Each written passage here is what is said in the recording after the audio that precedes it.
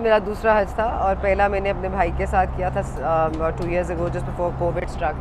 Saudi government का ये नया वाला law it just gives you another option. पर इतनी सारी खवातीन को देखा है who fought their old mothers, you know, क्योंकि उनके भाइयों के पास वक्त नहीं था। बिस्मिल्लाहिर्रहमानिर्रहीम। पाकिस्तान के एक मशहूर सहाफ़ी एंकर पर्सन सना बुच्चा वो हाल ही अकेले महरम के बगैर हज करके आई हैं और उन्होंने अपने इंटरव्यू में अपने हालात और वाक़यात और मुशाहदात को वो बयान किया है।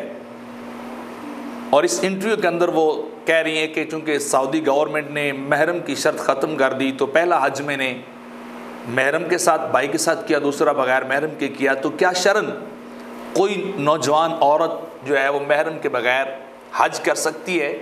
तो उसका जवाब ये है कि आका अलैहिस्सलाम ने इस बात से मना फरमाया। हज़रत अब्दुल्लाह इब्न उमर रिवायत करते हैं कि आका अलैहिस्सलाम ने इरशाद फरमाया कि जो औरत अल्लाह और उसके रसूल पर ईमान रखती है तो उसे 3 दिन तक का सफ़र बगैर महरम के नहीं करना चाहिए, जो तकरीबन 100 किलोमीटर के राउंड अबाउट बनता है आजकल की जदीद मेजरमेंट के अंदर।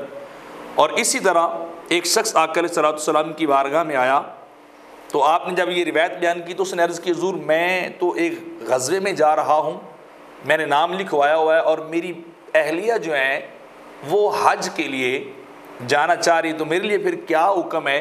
तो आका अलैहिस्सलाम ने इरशाद फरमाया कि तुम गज़वे को रहने दो और जाओ अपनी बीवी के साथ हज करो, यानी तुम जिहाद को छोड़ो, अपनी अहलिया के साथ जाओ और हज करो ताकि वो उसका हज दुरुस्त तरीके से हो जाए। चूँकि औरत के लिए एक इजाफी शर्त भी है कि उसके साथ कोई ना कोई महरम होना चाहिए जो साथ जाए, वो रिश्ता जो काबिल निकाह ना हो उसके साथ औरत सफ़र कर सकती है।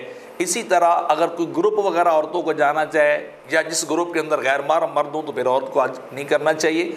औरत पर महरम की मौजूदगी के बगैर हज फ़र्ज़ ही नहीं होता, यानी उसके ऊपर अल्लाह की तरफ से ये फ़र्ज़ बनता ही नहीं कि वह हज पे जाए, उसे गुनाह नहीं होगा, यौम क़यामत उसे पकड़ा नहीं जाएगा। तो लिहाजा महरम के बगैर हज करना वो चाहे कोई भी हो, औरत हो, उसके लिए नाजायज़ है, दुरुस्त नहीं है, मकरूह तहरीमी है।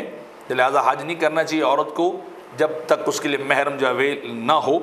तो जब महरम पाया जाए फिर ही औरत को हज पे जाना चाहिए।